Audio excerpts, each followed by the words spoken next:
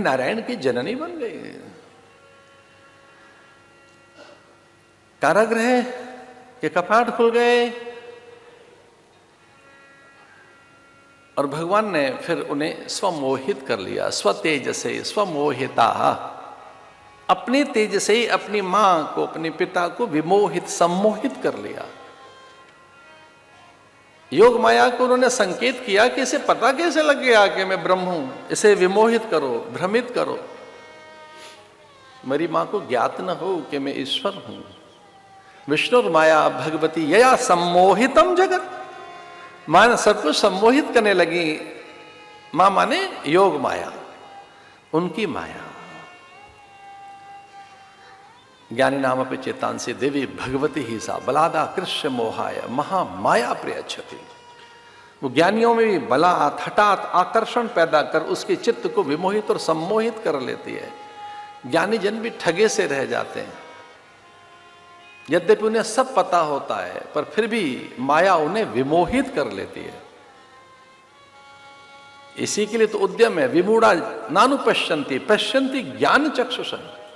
इसी के लिए तो उद्यम है कि मूढ़ता ना आने पाए, अज्ञान आवरण हमें ढक न ले। इसी के लिए तो साधना है। पश्यन्ति ज्ञान चक्षुषा, आपके ज्ञान चक्षु खुले रहे। और जैसे ही योग माया ने भ्रमित किया तो वो भूल गई और सहसा चिंतित होने लगी। देवकी वसुदेव दोनों कि ये छोटा सा बाल कुमार, देखो हमारे कुमार का आगमन,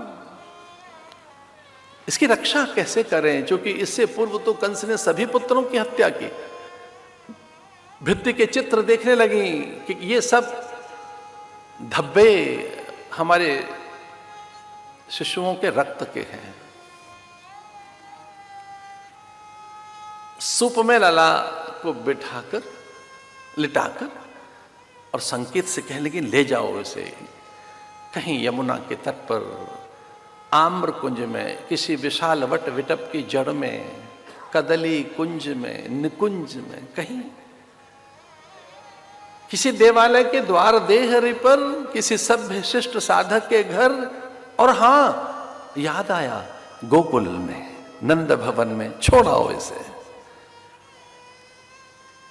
उन्हें लग रहा था कि गोकुल बहुत दूर हो सकता है। कोई प्रहरी जग गया और उस क्रूर शासक के सैनिक, उसके दुष्ट खल गुप्तचर तो बालक की हत्या कर देंगे। इसलिए कदली कुंज में, निकुंज में, कहीं विशाल विटप की जड़ में, कहीं घास में छुपा कर आ जाओ, अथवा तो देवालय या किसी देव मंदिर की देहरी पर, गर्भगृह में भगवान के पास के पुजारी को पता लगेगा, इसकी रक्षा कर लेंगे बालक की। और संभव हो सके तो वहां नंद भवन तक चले जाना, यमुना पार कर।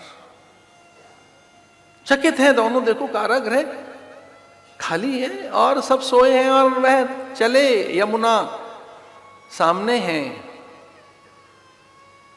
और क्या दृश्य है भागवत में, अद्भुत दृश्य। भागवत का दृश्य बड़ा अनूठा है। प्रकृति को भनक लग गई, पूरी प्रकृति में अद्भुत श्रृंगार, पूरी प्रकृति में जैसे मानो स्वस्थ वाचन मंगलाकरण, प्रकृति में आपाधापी। और सबसे पहले अनुशासन जिसने तोड़ा वो चंद्र, और चंद्र ने कहा चंद्र वंश में, हमारे वंश में पैदा हुए हैं, मैं अष्टमी का नहीं रहूंगा, मैं तो पूर्णिमा का बनूंगा। अधूरे दर्शन ठीक नहीं।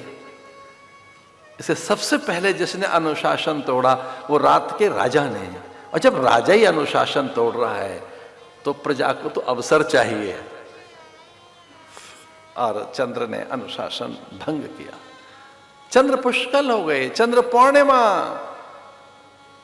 चंद्र में सकल कलाएं, षोडश कलाएं, वो अंधियारी रात्र, भाद्रपद की अष्टमी, जन्माष्टमी, अष्टमी की रात्र, रोहिणी नक्षत्र, बुधवार की रात्र, वृष लग्न में उच्चस्थ केतु, सूर्य, बृहस्पति, सारे के सारे दर्शन करने लगे। मंगल आदि, और सूर्य से भी रहा नहीं गया। और सूर्य ने कहा मैं अनुशासन तो नहीं तोड़ूंगा, पर हाँ मैं कमल कलियों के माध्यम से, कुमुदनियों के माध्यम से, कमल पुष्प के पराग और पल्लव में छुपी सुगंधा को बिखेरते हुए पल्लव के कमल पल्लवों को विकसित करते हुए दर्शन करूंगा। क्या बड़ों की बात।